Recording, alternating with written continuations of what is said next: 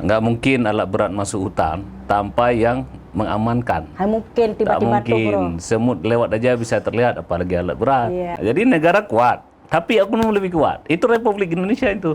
Bukan negeri Belanda kita negeri Indonesia.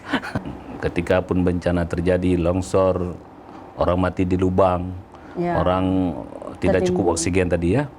Paling tidak ada yang bisa dimintai pertanggungjawaban terhadap manusianya, terhadap lingkungannya, terhadap sosialnya. Jadi kalau kemudian itu dirubah menjadi legal, suatu pilihan yang sulit tapi harus dipilih untuk memperbaiki tata kelola.